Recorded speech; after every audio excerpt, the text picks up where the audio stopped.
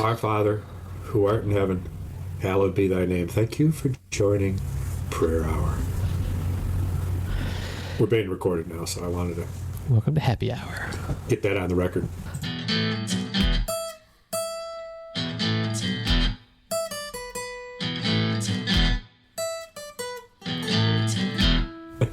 Well,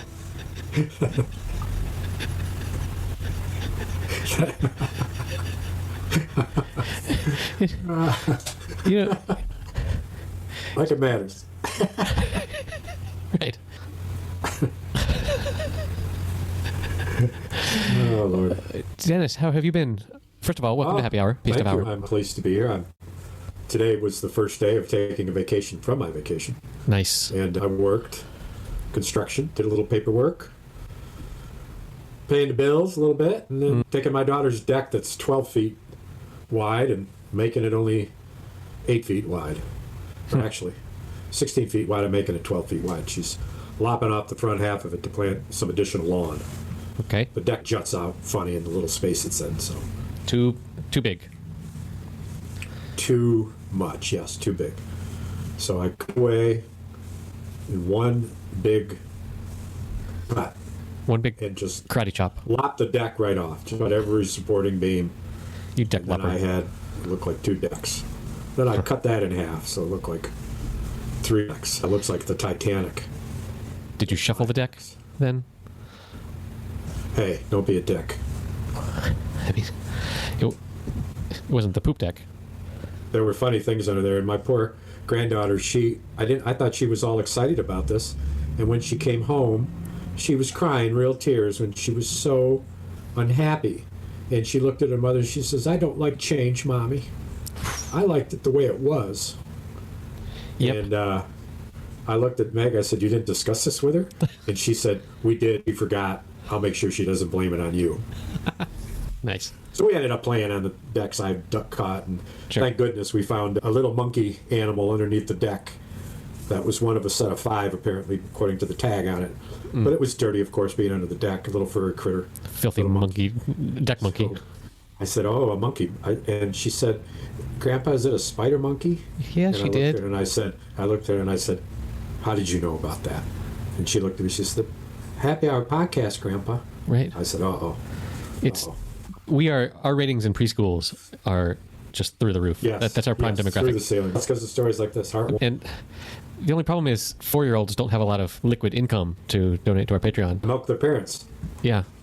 Yeah. They really need. Hey, look, All you have to do is- listeners, all tell you your have- parents to go to patreon.com/happy hour. Yes, write that down.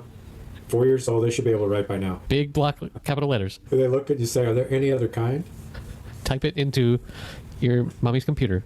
Get your mommy's credit card. So I went to go see my brother's vacation. I drove to State College, PA to see Joe. Tell me all about it. Brother Timmy met us there. Brought with him. These are the brothers that you were like shipping frozen fish around the country with. My brother fishing to us. And I created the shipping crate. Right. That I remember that. Took up at least 2 episodes Yeah. to describe how I made it. A duct tape, just beautiful shipping container.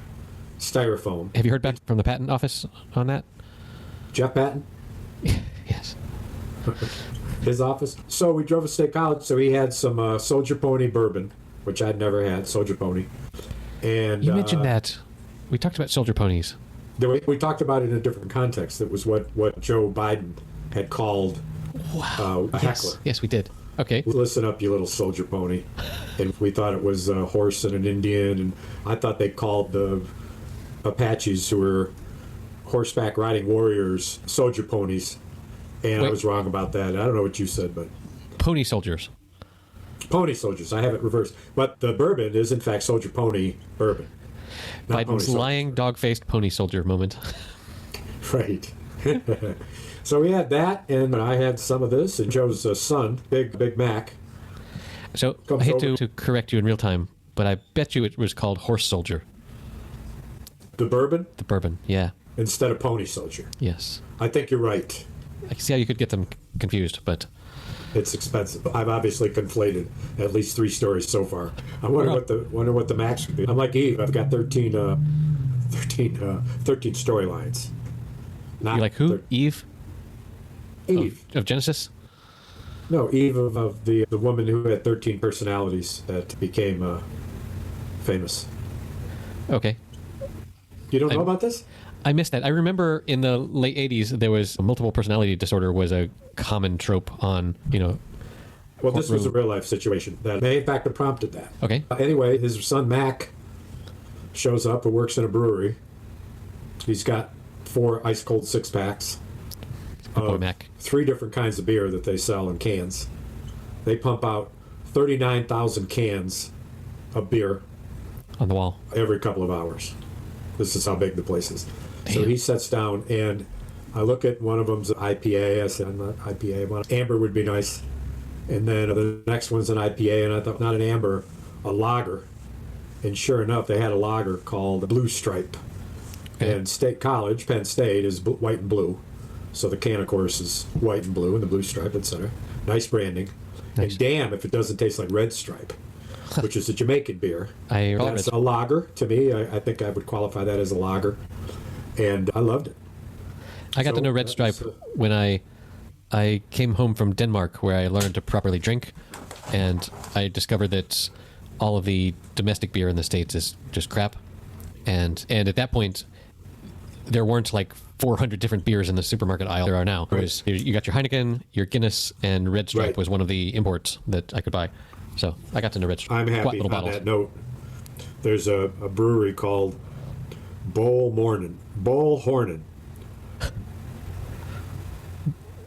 B-O-H-L. Bowl. B-O-H-L. Bowl Hornin. H-O-R-N-I-N. Since 1987.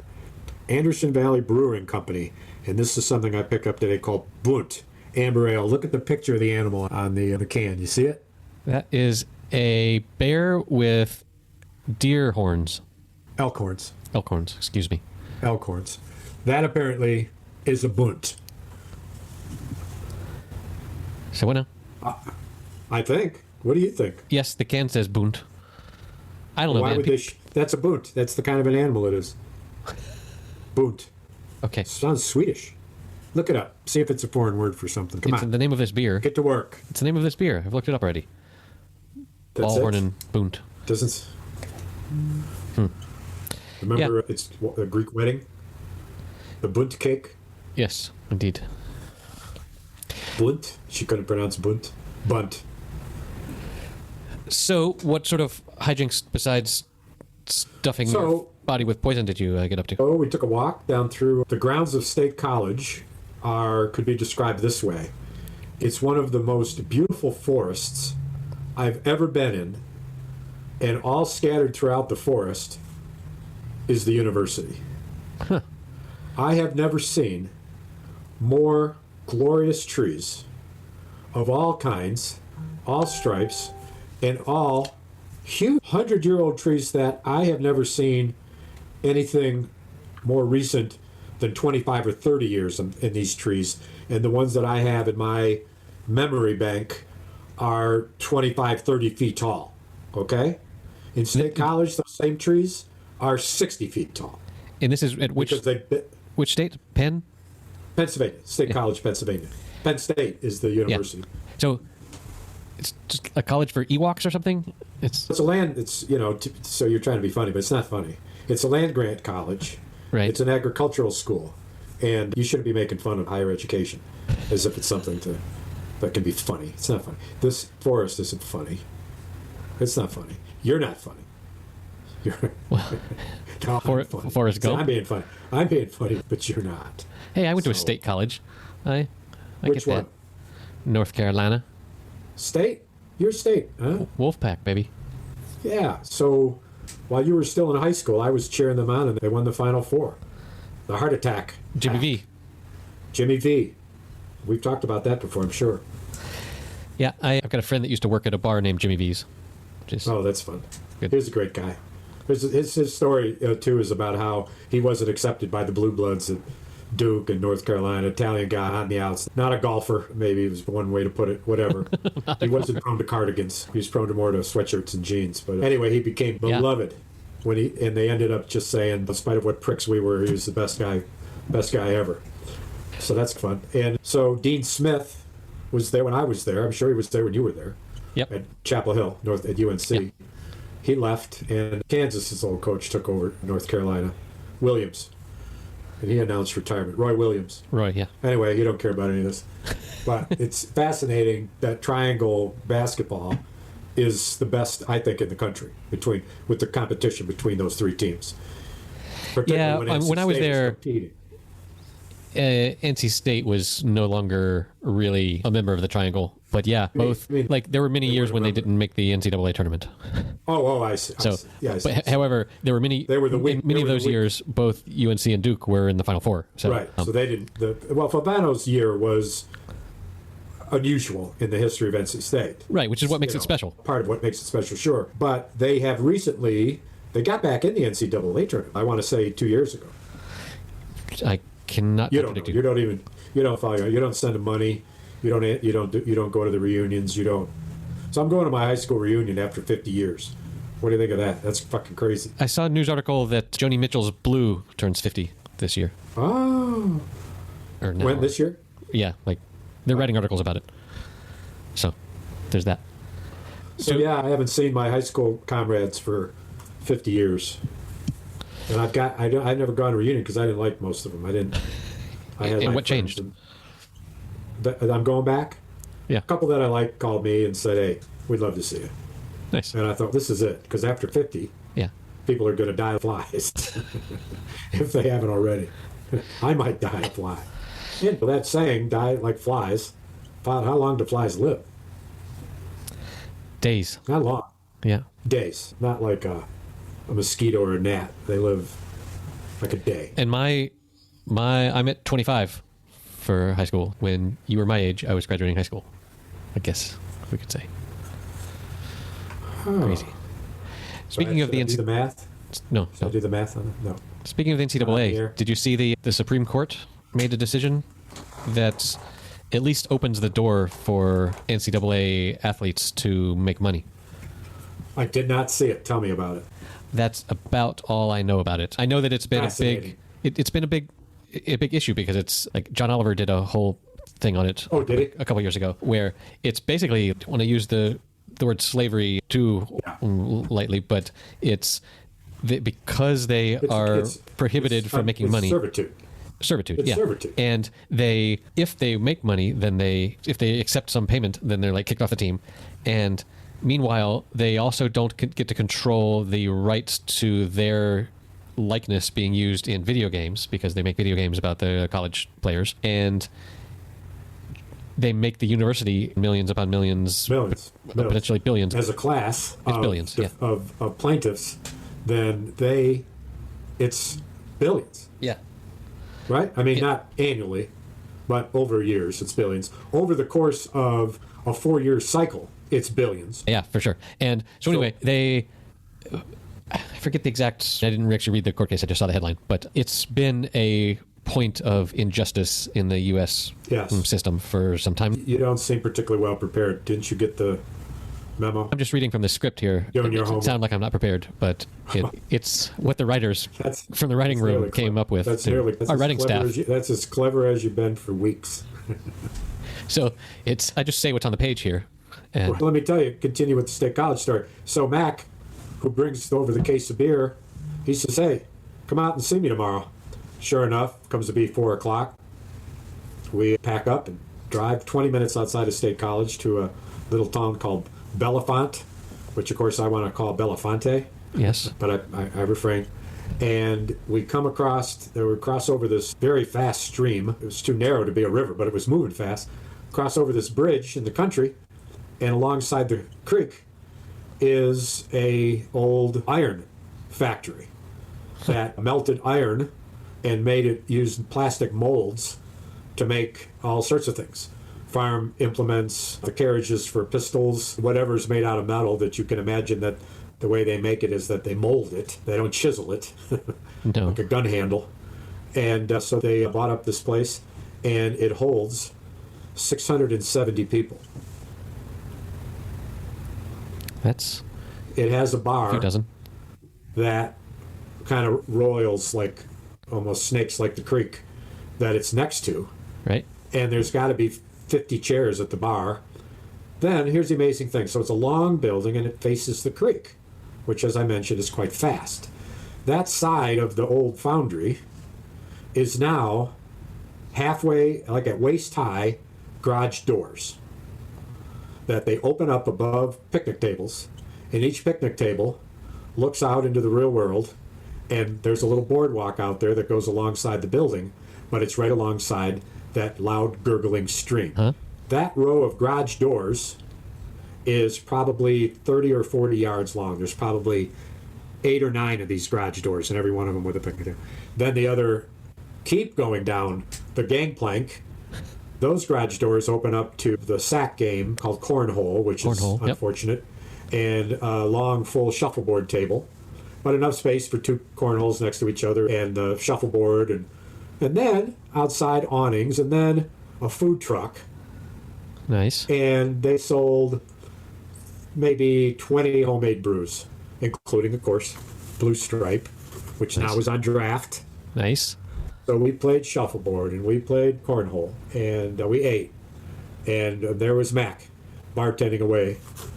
Nice. So they took all of the lumber, which when you walk upstairs, among other features, since it's got 60-foot high ceilings, which is 3 stories plus. Damn. Okay, you walk up a set of steps built on iron, and the steps are about 4 feet wide. Walk up the steps, go to a landing, and then the steps are 4 feet wide? Yes. Sis, my favorite sister-in-law right here. Bringing me my beer. That's a good sister-in-law. That's a good sister-in-law. And speaking of Sam Adams, the old standby, and so here's the point I'm making about the steps. They were at least 3 feet wide, but very wide. And the ironworks were new steel, perfectly built with steel railings, but the wood they used for the span of step, which it certainly was 3 feet, was a true 2 by 10 board. True meaning really 2 inches by 10 inches. Right. Not what today's lumber cuts is, which is 2 is 1 1/4. Right. You mentioned this, and it blew my mind, where I was like, what? Right. Numbers don't mean numbers? What? But back in the day, before they created those standards. And so that's what each step is. And it's oak. It's oak. Each step right now in the market, $160 for a board. Well, Damn. Well, a board, which could be a step. It could be lots of things. It could be whatever you want it to be, Eric. Don't contain yourself. Don't think of a step as a step. Think of it as a board, another opportunity. Think about it as something other than just something you step on. Think about it as board right now, but it's and given you're only 3 foot tall, that's a perfect analogy. Very cool. Yeah, I love old. But when you get up there, that's what the floors are made out of. And against the wall, you're walking up the steps. There's a huge expanse. It's got 8 or 12 tables there, 4 tops. To the right is a whole other bar. To the left is a freak thing you walk out on, a balcony that holds 14, 15 tables with steps over the river that goes down to the gangplank. But straight ahead, when you walk off the steps 20, 30 paces to get to the other side, is a wall of glass that goes all the way up to the ceiling, which is still 25, 30 feet high. And on that wall, on the other side, all of the warehouse has been gutted. The factory's been gutted, and there sits 4 or 5 huge brewing vats. And all of the brewing is done where you can watch it from up above in that glass thing. And that's 2/3 of the building. Do you remember the name of this venue? Yes, Axelman. Axelman Brewing Company. Axelman. In Bellefonte, Pennsylvania. Yeah, I'm looking at the map at Bellefonte and looking up and down the river. Axeman. It's new, very new. Axeman. Look up Axeman. He must have chopped all that wood. Pete's Pickled Peppers is next door. You might look that up too. Axeman. No. Axeman Brewery. Axeman Brewing Company. Oh, you're way down there. Wow, that is a huge building. Okay. You see it? You're way out of... It's way out of town. I was looking more in town along the river. But, oh yeah, there's photos from inside. Axeman. Yeah, that's nice. Yeah, and good. See the glass wall. Some good branding. The beer was good. I was really happy. There was the Blue Stripe medium, and they had what ends up to be a more stronger lager that's called Auger. Lager. Axeman. Auger. Axeman. And that was good. That had a little red tint to it. Nice. So we were there. We did that. We ate here and there. My brother cooked up some fresh frozen rainbow trout that he had caught. Put that on the grill, soaked that shit in Italian dressing, and threw it on the grill. And yeah, baby. Nice firm little cake of fish, no bones. He knows how to clean a fish. He cleaned. I don't. Those 16 yellow pike we caught. I didn't tell you that story. Next day we go out, go to New York. We leave State College, go to New York. Go to my brother's house. Brother says, all right, we're getting up at 6 o'clock to go fishing. 5 o'clock, we went to bed about 11:30. Oh no, 5 o'clock comes around. He's making coffee. I'm up. All right, what's going on? We load the boat, blah, blah, blah. He's got an 18-footer that he's been reconditioning. Outboard motor. Get her loaded up, leave. He wants to be gone by 6. We're out of there exactly at 6 o'clock. Nice. Get to the lake. It's choppy. That's all right. Load her up. Go out in the lake. We almost get to where we're going, following the cliffs of Lake Erie, between Buffalo, New York, and Erie, Pennsylvania, going north. So the land is on our left. Canada is on our right. Lake Erie, big body of water, going north, cliffs. Get to a place where I know, which is the golf club. And The what club? This is the golf club. Golf club. The Shorewood Golf Club. And he says, this is the point. And from here, that point, when you look at the cliffs, there's a point pointing at you. That point continues as a reef. And it goes out into the lake, hundreds and hundreds of yards. And on each side of that reef, it's 65 foot deep. But as you climb up the roof, it gets to be only about 35. So it's a big hump in the water. So people were fishing up and down the reef, catching one, catching two. And Timmy, Hooter, the skipper, the boss man, the man, The do Axeman. what he says, do what you can, do what he says, because that be the man. That's Tim. Yeah. He starts crossing the Dreams? point, crossing the reef, Right. going against the grain, not with it. And every time we turned A around reef crosser. to go the other direction, every time we turned around, we caught 2 and 3 fish at a time. There's only 3 of us in the boat. We've got 4 rods, 2 off the back that are out far, and then 1 in each of our hands with a big 5-ounce weight that takes it right down to the bottom. Thump, 30, 40, in this case 50 feet deep. Thump, and then about 2 foot higher than that sinker, that 5-ounce weight, Yep. up on the line, going this way, going horizontal to the bottom of the lake, Yeah. is a 2-foot leader that has a twirly thing on it that makes red and silver, and then hanging off that 2 hooks with a great big worm hanging off those 2 hooks. Twirling with light, Twirling like the worm. flickering, Yep. and on the bottom, you got the pole in your hand, and you lift the pole, and you drop it, and you feel that weight hit the bottom. Bump, bump. And every time you do that, up and down goes that leader with Right. that lure and that worm, so the worm looks like it's moving through the water like a motherfucking snake. Up and down. I'm getting up hungry and just- down. Yes, you would, because you are Pisces. And then, boom, a fish will hit it. So that weight, the fish takes the line and the weight, and suddenly, in your right, in my case, my right arm, it's going zzz, zzz, zzz, zzz, and it's taking out line. And then you reel that in. One time, I reached for the pole in the back of the boat, which there's a fish on it because it starts to jump and bow, and it's obviously, when you're looking at the tip of the pole that's standing straight up, the fish is on, you grab it, it's already hooked. There's 2 hooks. Right. They're hooked. And so I had that one in my left hand, and handing the one that I was fishing down in the bottom, because that was my job, and to watch the Right. one in the back. I was about to hand the bottom feeder to my brother, and when I bumped it, I caught a fish on it. So I had a fish in my right hand, pulling zzz, zzz, zzz, and a fish on the back, 2 poles, 2 fish, handed off the one to my brother so I could reel in the other one. The one that caught off the bottom had 2 fish, 1 on each hook. Damn. It's 2 birds with 1 stone. Or, in this case, 2 2 fish. fish With 2 1 hooks. worm. Wow, that's true. 1 worm over 2 hooks. That's true. And Fisherman, you caught 2 fish with 1 worm. one of the fish was about 2.5 inches long, and it was called a goby. Oh. The other fish was a 17, 18-inch, what we used to call yellow pike, but now we call walleye. You'll see them in the supermarkets as walleye. Is yellow pike racist now or what? No, I don't know. Back, it wasn't too long ago when there was a move by the fish industry to rename a bunch of fish that sounded better to eat. Instead of a blowfish, it's now called this'll taste good fish, or something of that nature. A yummy fish. And I don't know that walleye Wally the Walleye was part of that. They call him Bug-Eye Wally the Walleye. You need to bring, I'll send you pictures when I get them, but you can put it in the show notes. So you need to bring up a picture of a walleye in the show notes because they're known for their buggy eyes. And it's a strange-looking fish. Isn't that? Oh, God. 6 pounds. Best eaten fish.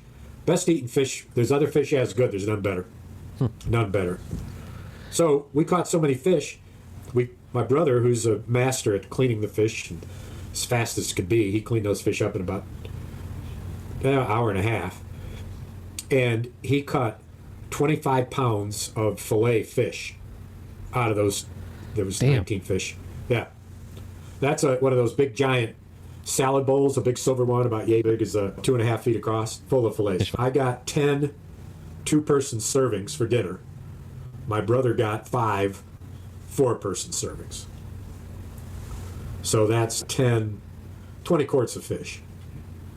Wow. Quarts of fish. And so when we were on the way out, almost there, my brother Tim, who's like, he says 6 o'clock, he means 6 o'clock. He thinks he's going to drop lines at 6:30. We're dropping lines at 6:30. So we get almost there. I love people like that. And he starts cussing. Son of a bitch, motherfucker, yelling, swearing, worse things than that. Turns the boat around. Don't make me turn this boat around, kids. The goddamn control for the motor up front that you use to motor around in the water, so it's not a big engine. It's like a drifting motor. A drifting motor. It's real quiet. It's just run by batteries, and you run it with a pedal, with your feet, right, left, straight ahead, whatever. Well, my brother uses his hands, so what do you say about that, Mr. Smart Alec? Mr. Smarty, pedal means feet. He's maybe to some. Look, I've got nothing against hand pedalers. You need to look beyond what you think something is. It's not just a step. It's a board to the future. A board to the future. You're bored in the present about the future. You're bored now. You'll always be bored. I'm chairman of the board. Nice. That sounds like a jolly old time. And then you drove back, and now you're back to work. Yeah, we took a walk on the beach. I picked up some unusual driftwood and some stones. I'm going to dry it out, and I try to find things that if you put a little eyeball on them, they'll look like some kind of a beast, a fish or a alligator or a chicken. Or I found a piece of driftwood. I'll show you this one. Piece of driftwood, when you hold it up, it looks exactly like a tugboat. Just like a tugboat. That doesn't need anything. I might throw some varnish on it. And then just put it somewhere in your house to collect dust. I have a wooden box here in my office underneath my chair that's about 14 inches by 8 inches wide. Which is where you keep the driftwood? Deep. It's big enough for driftwood and the stones I collected. It's my granddaughter's special box. Oh. I put stuff. She comes in and she looks in there. It's her own treasure chest. What's in the box? I don't know. Let's go look. Oh, yeah, look. We get quite a bit of driftwood where I live because, I'm right at the mouth of a river, and so there's a lot of money in driftwood. Do you know that? No. Huge amounts of money. Yes. Huge amounts of money. Like just tucked inside, or you have to sell it? No. Most places don't naturally have access to driftwood, as you may never have thought about it, but it's obviously true. And lots of places don't have access to driftwood, want driftwood, because they're like a restaurant motif that's seafood, or like they're doing their backyard with ropes and little replicas of America's famous lighthouses. You've seen these things. Yeah. It's just what middle Americans do is you pull in their driveway, and instead of a regular fence, it's 2-inch knotted rope that they got off some pier somewhere, and the window is shaped like a window on a ship. They go nautical. Yeah, they're in landlocked Iowa or whatever, but they have a nautical theme. Or what if you run a bar and you want some different stuff in there? You take 2 or 3 pieces of driftwood and screw it together so it sort of looks like a penguin mermaid, or a walrus or a something. Just with some screws, put it up on freaking for sale. You get $185, $250 for it. It'll take it if you've got a lot of access to driftwood. So think about it. This could be how your kids make enough money that you could quit working. Just make your kids work. They could be like NCAA athletes. Living the dream. Exactly. You guys aren't allowed to put anything into your accounts. Right. Because you're not old enough yet. So it all has to go into Daddy's account. And what are you still doing standing around? Go out and find some more driftwood. Yeah. Yeah. I like it. Yeah. Yeah, I don't know. Driftwood is just like pieces that fell off trees? What's Not necessarily. They could be pieces of ships that wrecked. It could be docks that have fallen apart. It could be logs being rolled up the river. There's a couple got away. oak Could boards be, from certainly. steps? For what? Oak boards that fell off of a step somehow? Just for steps? That's all you can think of? No, that's where they came from. It could have come from walls or tables. Did they come from the foundry? Should we go back to the beginning of the boards? Or do you want to start where you're using them to support you? Is it about you or is it about the wood? Supporting you in a subordinate position when the tree is your physical and mental superior. The tree. Smarter than you, stronger than you, certainly older than you. The thing about the foundry is you've got your founders, but then oftentimes the founders have to report to the board, right? So it's back to the board. Now you're thinking. That's what I mean. Now you're thinking. back to the That's board. the origin of the board. Yeah, you got That's to report to the board, origin of man. the board. It's the board's decision. So picture a long table with a bunch of chairs and all these staff people that are lined up to work at the foundry. And Yep. then at the head of it, there's this oak board with arms and eyes and a nose. Little googly eyes. Right. Who are you, chairman of the board? Okay, what is he? He's not a chair, though. The board has a chair. No, I'm talking about the chair, not the board. Okay. It's the chair. The chair has little googly eyes, which makes him a chairman. Yes, or a chairwoman, chairperson, to be perfectly correct about it. Yes, chairperson. Whew. Board. Yeah, The mind reels. The mind reels. like a With like a fish the possibilities of it. pulling your line. Yeah, so I am going on vacation for 2 weeks, Wow. and I You don't coming to the know States? how it's going to affect our recording schedule. You coming to the States? I'm not. I'm Where you going going? to the deep, deep south of Spain, to Sevilla, in Sevilla. Andalusia, which Yeah. is basically it's almost on the south coast of Spain. From the north coast, it's a 9-hour drive. It's due A south. beach trip? No, they don't have beaches there. It's a culture trip. It's a very could be the third most important city in Spain culturally, maybe after Madrid and Barcelona. Like, Barcelona. they have, let's just say they have a U.S. consulate there. Well, let's just say. It is. So it. You're saying it because it's true? I am. It is true. Then why did you? Why did you say? No, that- let's just say. it's an important- As if. I mean, what you meant to say was, for example, not. Well, let's just say that I got $1 million. That's the way you'd start a story. Right. Let's just say that I'm driving down the street in a Porsche, and there I am, whatever. But no, that's not. I apologize It's actually for my you rhetorical must be out blunder. of- Well, we had an extra day between podcasts. This was an extra. Yes. Because we did last week's on Tuesday. Yes. You're rusty. That's all it is. And you won't know this, but my podcast editing software, like they keep adding new features all the time, and sometimes they break shit. And this week they broke my ability to edit last week's podcast, and I reported a bug, and it took a couple days to get back to me. And anyway, I just before we started this recording published last week's, which is supposed to go out on Friday, but it was late. So I'm very aware of all of our conversation about movies and stuff, and that you were going away. I don't know if maybe I can take my little mic and we can try and have a conversation next week, but there's a possibility that we have a little When do you drought. leave? I leave on Friday. Week? Yep. And I'm gone until July 8th. So it coming back for my second Pfizer shot. Got my first right. one last week. And you. okay, so let me tell you this story. This is so fucking stupid that it's entertaining.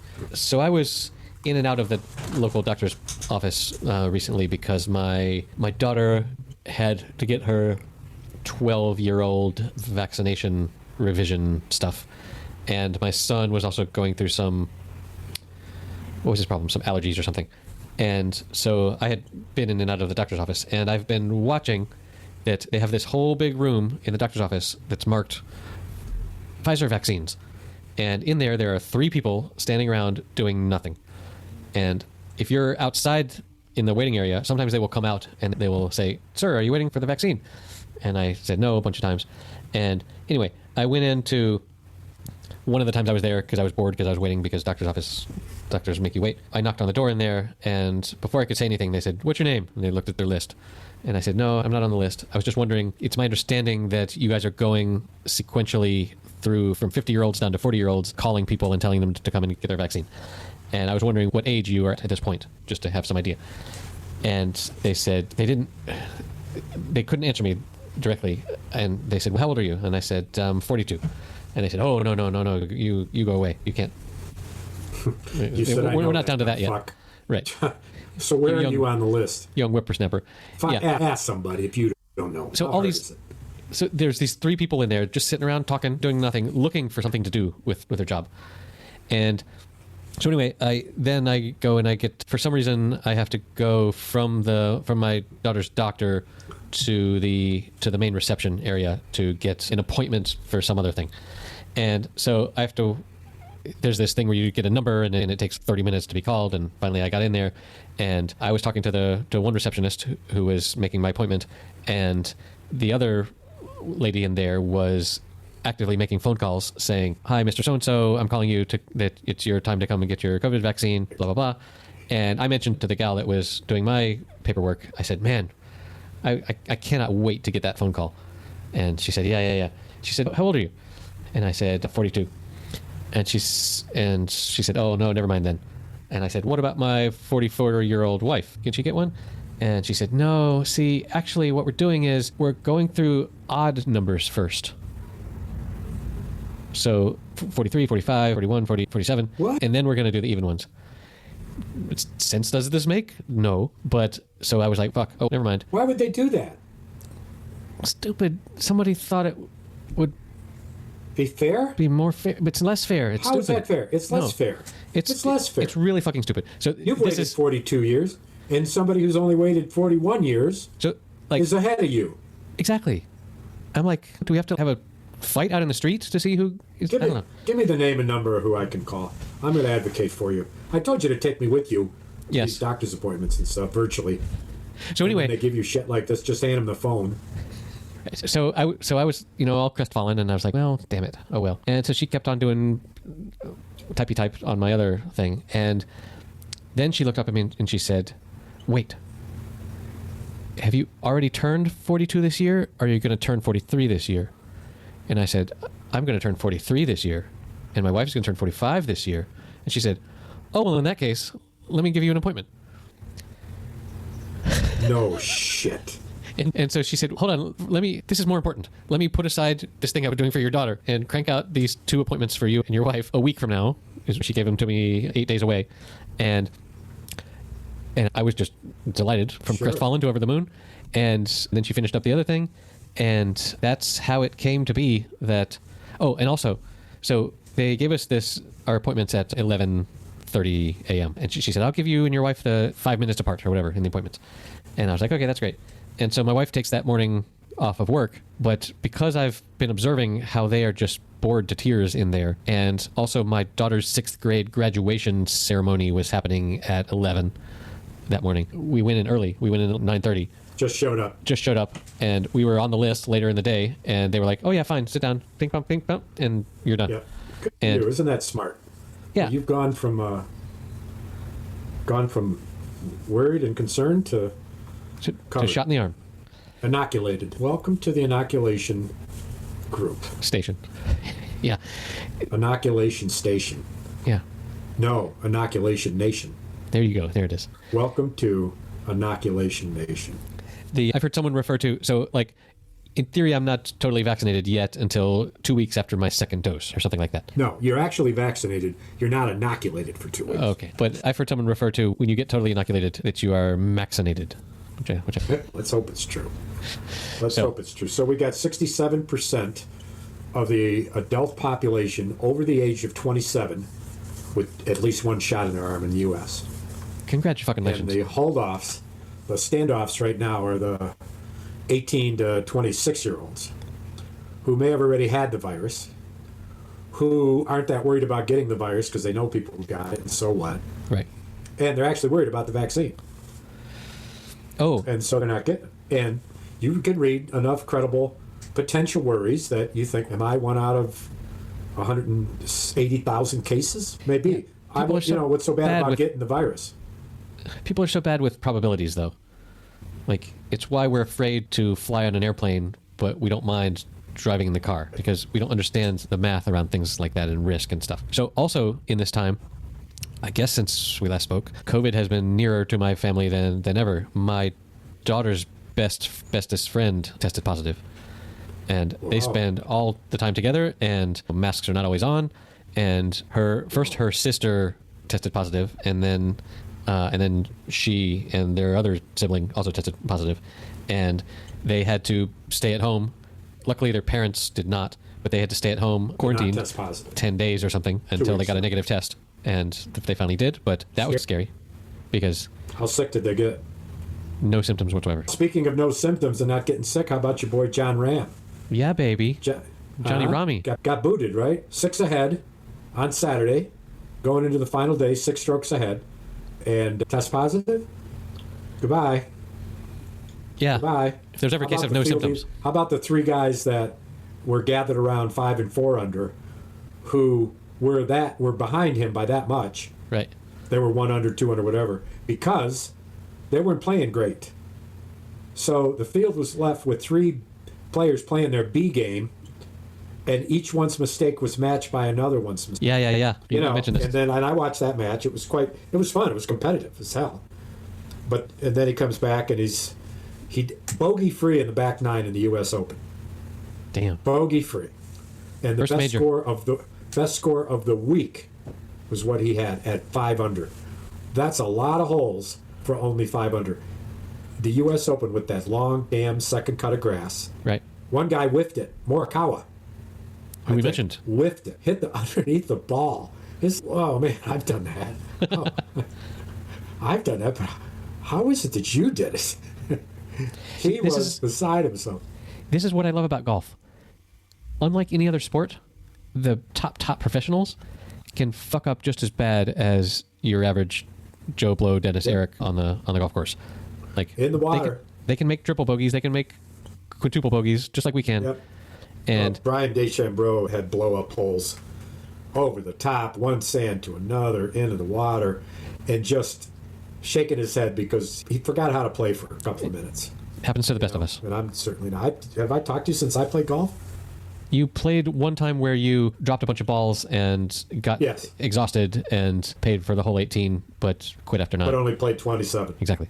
But what was fun about that, though, was that, generally speaking, one of those 3 balls would be more or less what I wanted to hit. Right. More or less is the shot I wanted. Some of them were excruciatingly difficult because none of them were. Right? It is a hard game. It is a hard game to begin with, but it's a particularly hard game if you only play. Well, the first game after a year is never easy. I have not touched clubs in a long time.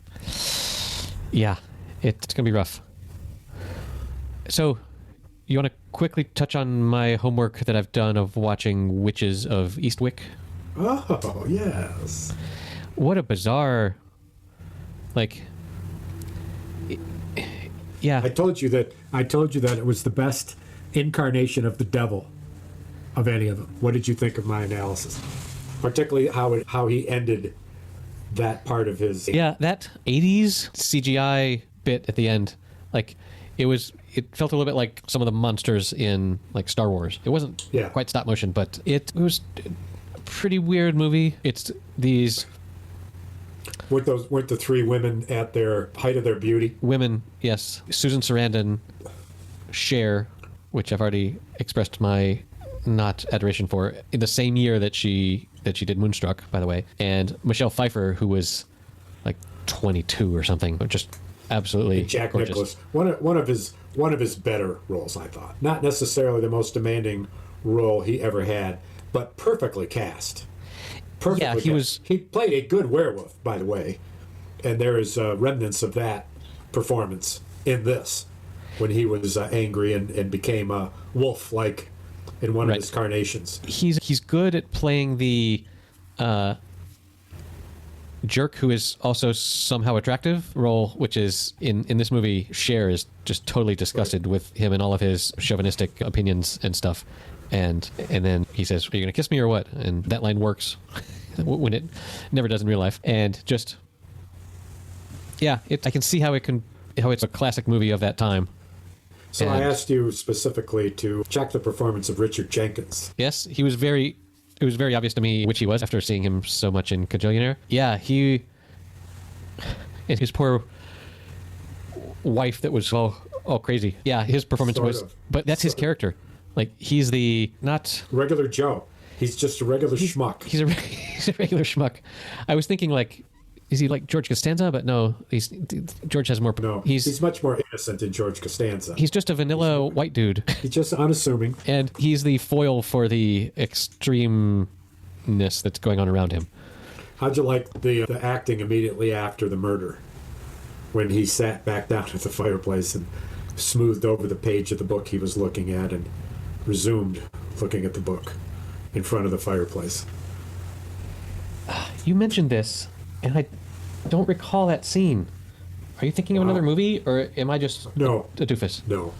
He beat her to death with a fireplace poker. And the beginning of the scene, he was trying to review like an Audubon book, a big book in his lap. And she was distracting him. He said he just wanted to read. She got wilder and wilder, started puking cherries. He ended up, she was crazy. He ended up fucking beating her to death with the fucking poker from the fireplace. Set the poker down, couldn't believe what he did for just a second, and then blinked his eyes twice, and then sat back down in his chair, picked up his book, flattened out the page, found his place, and relaxed. The cherry. He wanted Pete was have another cherry. Jack Nicklaus would say, "Have another cherry." Yeah, that the weird sort of voodoo-y stuff. Laugh and you won't hit the ground. Yeah. Wow. Damn, you have a memory. That's Peter Panish. It is very Peter Panish. Peter Panish. It's very, very, very Panish. And I love the babies at the end. And he comes through on the height of what you could imagine the richest person possibly having in the mid-'80s was this wall of these CRT televisions that were all connected in a way so that you could see one big image, even though, like, it really looks terrible. Like, it doesn't look like one big image, but imagine if you could have all of these 25-inch televisions, but like 5x5 grid of them. Then it would be like you had a big TV. That was like the height of luxury. The height at the time. Right. Yeah. I'm glad you liked it. And what I loved about it was the way that he dressed. Yes. Old style tuxedos, Western tuxedo ties, ruffled shirts, and the great scene when he's sent off by the women who are conniving behind his back to get ice cream and a couple of other things, and he's wearing a beautiful pink pants and this glorious pink raincoat, and is getting driven around by his servant in his Rolls Royce. And very physical stuff for Jack Nicholson. And he was 50 years old. And though he was so good at acting out, when he rolled into the church and was spitting out feathers and puking cherries. Yes, that was very physical. I mean, he was just very good, and that part of the role was taxing, I think, to get that right. You'd have to be Jack Nicholson. Who else could do that role like that? Yeah, he's a unique individual for sure. I can't imagine he's a very nice guy in person, just from the roles that he's played. But that's judgmental of me. Funny to say. That's weird. I think Jack Nicholson has a great reputation as a great guy. Does he? Okay. Yes, a good guy to hang around with. He's got to be funny for sure. Well, he's got to be hilarious. He's no Bill Murray. Stories he could tell. Yeah. Yeah. Bill Murray is understated. Right. Although he does have certain clown aspects and mannerisms that are not exactly subtle. Bill Murray's the kind of a guy who would do a Groucho Marx move and walk up to you and grab your arm and put his leg over your arm as if you were trying to lift him. That's a Groucho Marx move. Bill Murray would do that. And I mentioned I called someone beloved today. I don't know who it was, but that's how he began his Mark Twain. Yes, thank you, I've seen that. By saying, thank you, and then looking at the audience and saying, I've been thinking about what it means to be beloved. And it was so serious. Yes. So serious. He really more than he's ever been on he screen. didn't really come back to it. Right. He just then was funny. Yeah, that's a great YouTube video. I will link to that in the show notes at happyhour.fm/116. And another great one of those is Will Ferrell. Oh God, where he drops the Mark Twain statue, drops it on. Where he's like, "This is the best. This is the best award ever," and he shatters it on the. Right. Nobody expected that. Bill Murray passed his around. Right. It went up and down the rows. He said, "This is pretty heavy. You guys, here, take a look. Pass it. They pass it all through the rows." Bill Murray, wasn't he the one who was? No, it was Will Ferrell, who looked up at his wife. Yeah. And started complaining about her, and how awful she was, and how difficult it was to be married to her. That'll be in the show notes too. Oh, that's funny. Did you? And I've raised this before, but you've seen his graduation speech. Was it USC? Maybe. Will Ferrell's commencement speech. He did. He was the commencement speaker at a maybe I ceremony. I've seen a lot of stuff stuff like that. Within the past 5 years. That's where he's sitting. He tells the stories of college days. That nice. What he did and how he just started showing up places to be weird. Would show up as a cadaver somewhere. You know. I'm pretty excited. I just discovered that he has a new TV show starring him and Paul Rudd, who is also a comic genius. And it's set in the 70s, and Paul Rudd is a psychologist that helps Will Ferrell's character. I've seen the trailer. It's called something like The Shrink Next Door or something like that. And it's... Netflix or what? Sorry, it's only on Apple TV Plus, I'm afraid, for you. So if someone in your house owns an iPad that is purchased recently, they might have that grandfathered into them. That maybe you can watch that. It's coming out it's coming out in September or something. I've actually got some fresh money coming in, so I'm going to be back on the plus side. Yeah, got a deal I'll tell you about sometime. This related to our call before you left? No. Okay. No, not at all. In fact, Okay, good.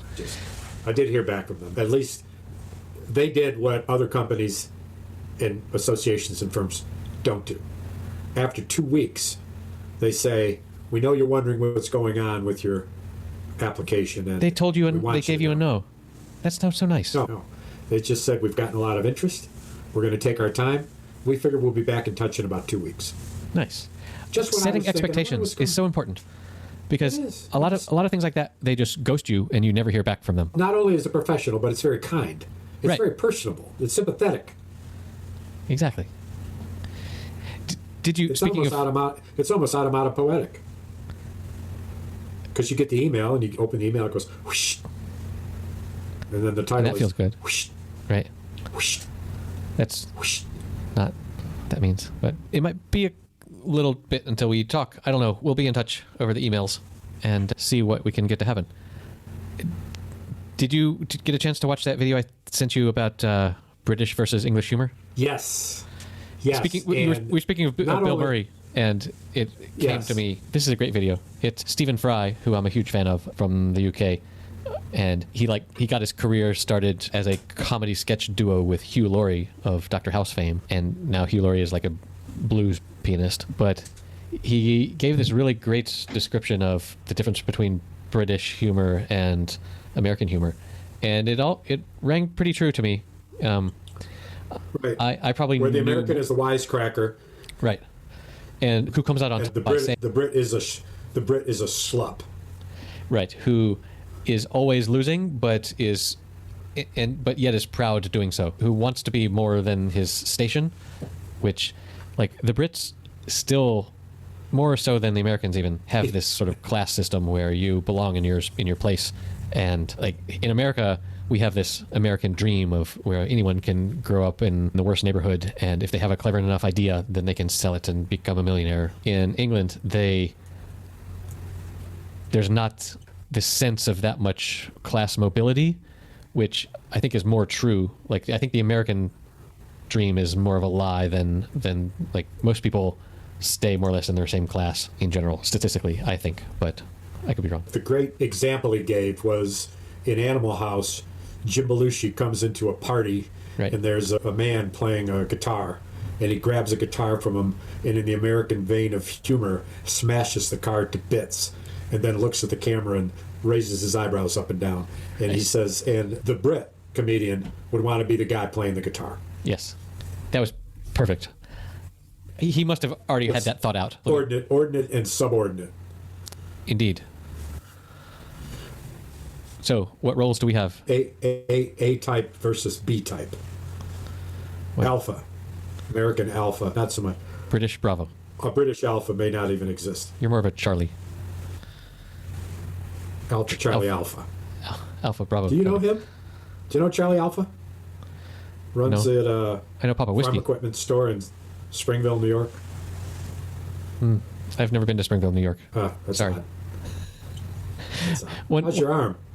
It's doing better. You seem to be moving it around a bit. I'm stretching.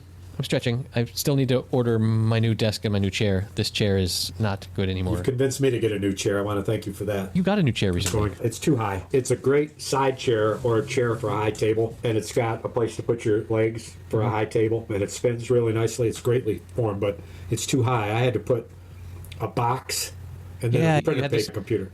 This rickety tower that your computer was sitting on. Oh, it's not rickety. It's not rickety. Oh, come on. It's a solid box and a solid ream of paper. It's not rickety. I think it's pretty rickety. It's not rickety.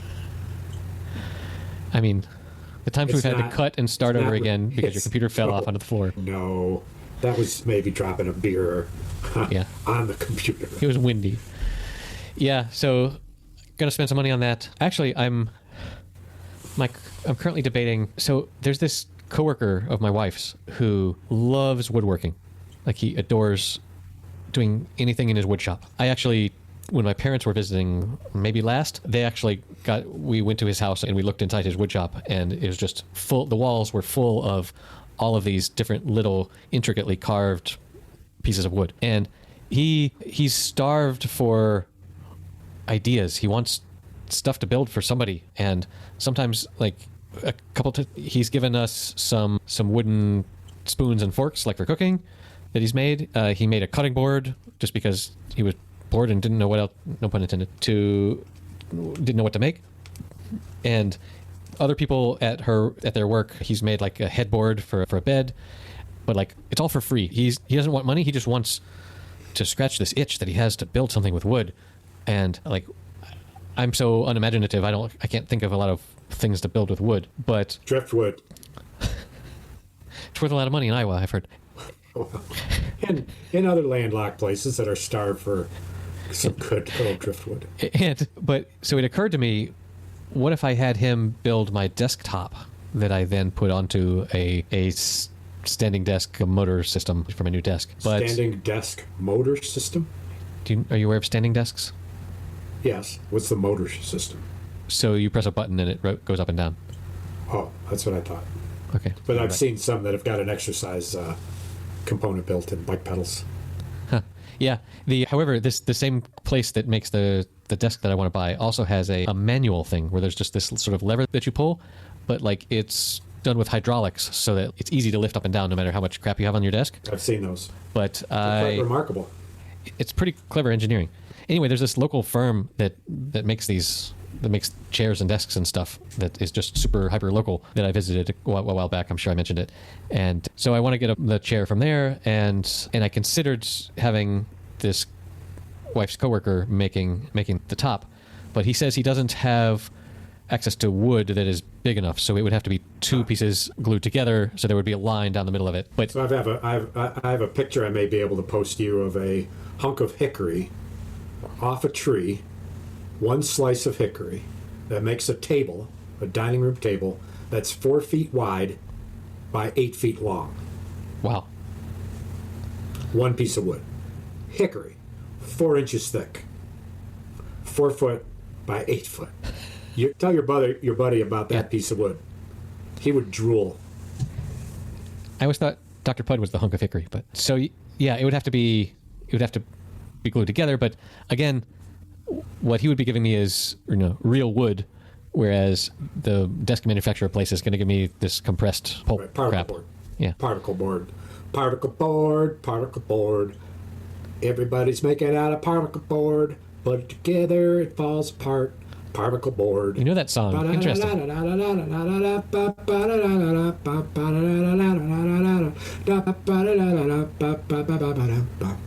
Very Particle good. Man, Particle Man. He can't do it, nobody can. He meets a man at a man and Particle Man. Bum, bum. I'm impressed.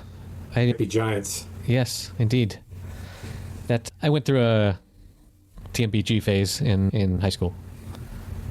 They're a Garage band. very bizarre band, It's a garage band. but they play huge stadiums. Like they're super they successful. do. They hit it big, but so did Nirvana. They were a garage band too. So was Pearl Jam. They were a Grunge. garage band. Yes. Garage and grunge. Yes. Okay. One leads to Don't another, all bands perhaps. start out as garage bands? Garage bands. Which is why last episode you were telling me about how Linda Ronstadt brought the Eagles together. Yeah. So sometimes that happens. Yeah, that's how the Monkees got together too. So I learned a weird fact this morning that apparently, how many blimps do you think there are in the world? Like the Goodyear blimp. Blimps? 5. There are 25 total blimps in the entire world. Only half of them are operational. And I don't know, that just seems like a low number. 25 Like half why? operational, and one of them is only half operational. But it seems strange that the dirigible, like, we can't think of a use for dirigibles other than as a billboard above sporting events. That just seems odd to me. But Well, its original purpose was transportation, but right, that certainly is outdated. It's yeah, it's going to be super slow for you transportation. might say the same thing about. It's funny that we can't think of a better use for air balloons. It's funny that they're relegated now to joy rides at festivals. That's too bad, because otherwise they would have high utility. Yeah, Well, your morning commute. back in the day, they didn't have airplanes. They didn't have airplanes. But if you were Jeff Bezos, why wouldn't you like suspend an air mansion by a couple dirigibles and go and live just off the coast somewhere in the air? Exactly. There's two And things. just two hang out things there. I want to say about that. Number one of the reasons you'll never be as rich as Jeff Bezos is because you think about asking that question.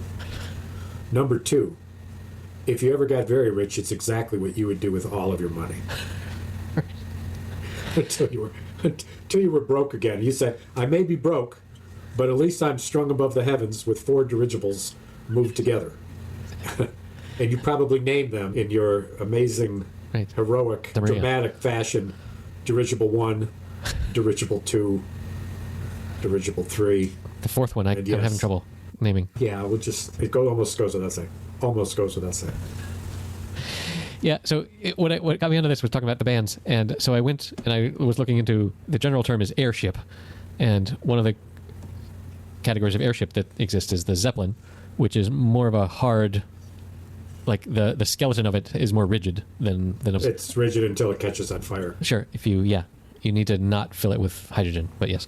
But so then I jumped, just in my Wikipedia hopping, I jumped over to Led Zeppelin, and I was wondering about the origin of the name of the band. And it said that Keith Moon, the drummer for The Who, I think, when he was talking to Jimmy Page, and Jimmy Page was saying that he was gonna start a band, and Keith said, yeah, that's gonna go over like a lead balloon, obviously. And they swapped balloon for Zeppelin because that's a cool word, and they changed the spelling of lead to avoid any mispronunciations. Because the saying at the time was not just that'll go over like a lead balloon. There was a saying at the time that would go over like a Led Zeppelin. The term Led Zeppelin predated the band Led Zeppelin by many years. You can look that up. Do it right now. I got time. Get to work. I know I'm right about this. Just look up, when did the term Led Zeppelin come into use? Or that'll go over like a Led Zeppelin. That would be more accurate. Grunge.com, the truth about how Led Zeppelin got their name. As recounted by Mick Wall, Countess Eva von Zeppelin, whose ancestor Count Ferdinand von Zeppelin invented the eponymous airship, verbally torched Led Zeppelin over its name. No. So, yes, they got sued by the von Zeppelin family, but it didn't go anywhere in court. So that lawsuit went over like a... Indeed. Led Zeppelin rose from the ashes of a band called the Yardbirds, where great guitarists went before becoming famous elsewhere. The original lineup included Eric Clapton. Later incarnation replaced Clapton with Jeff Beck and added Jimmy Page into the fold. Yet the Yardbirds folded in 1968. Calling themselves the New Yardbirds, they wanted to fly in a different direction from the band's previous incarnations, but a member of The Who joked that the only direction they were headed was down. Drummer Keith Moon jokes that their idea would sink like a lead balloon. Sorry, man. No, I never questioned what Keith Moon said. I'm simply saying that the same year that Keith Moon was using the phrase, that goes over like a lead balloon, we in the States were saying, that goes over like a Led Zeppelin. That term, Led Zeppelin, a.k.a. lead balloon, predated the name of the band, regardless of what Keith Moon says. No. Afraid you're not right about this. The search term Led Zeppelin with an A only ever refers to this Keith Moon story. Huh. Sorry, nice try. Well, in my experience... Your theory flew about as well as a dead Yardbird. The New Yardbirds, eh? Wow. Such a terrible name. Yardbirds. Right. Yeah. The Yardbirds are not in the, well, as a band, are not in the Rock and Roll Hall of Fame. As individuals, most of them are. 8 miles high.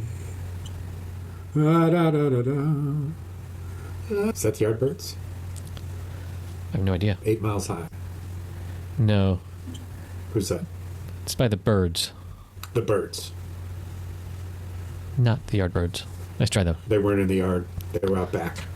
Yeah, they were in the sky, man. Flying high. 8 miles high.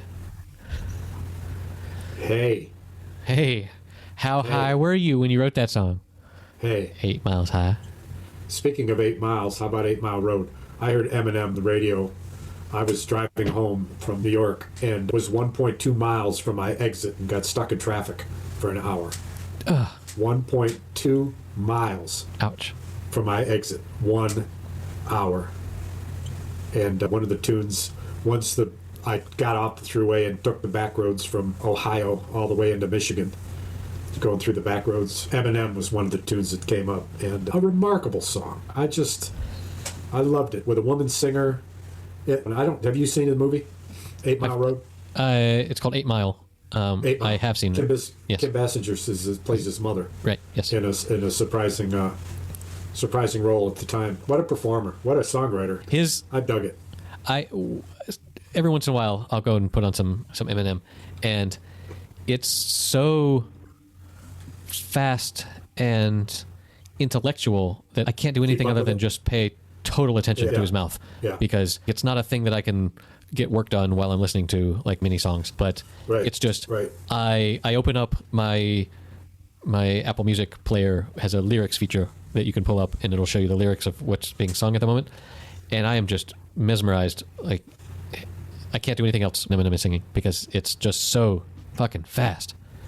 It's just, and just when you think he's put 5 words in a second in a way that couldn't possibly be that fast, then he puts 10 in the next second, and it's just, but all perfectly pronounced. So like, just wild. And I don't. The only thing I ever hear about him is about his music. Unlike a lot of other very wealthy artists who you hear a lot about other stuff that's going on. You never heard. He's not just tweeting hear about his music. At least that's right. That's the case with me. I mean, you're famous for your podcasts, and no one else knows anything about the rest of your life. It's at least 22 people, including 18 4-year-olds who think so. Hey, our first merch item could be like a coloring book. Oh, where you're coloring bourbon bottles. Get out your brown crayons. Huh? You like it? Go. Some red for some red ales. Thematics. And frame it with shit that rolls up on the beach. Yeah. Driftwood. Official happy hour podcast Driftwood merch. Over by the driftwood, I sat one day. Water's rushing in all around, and then it goes away. When it comes up to my knees, I say, Lord, let me be. But we all got certain trials burning up inside. Don't sit me in a mantle by the river. A mantle is something I don't want to be.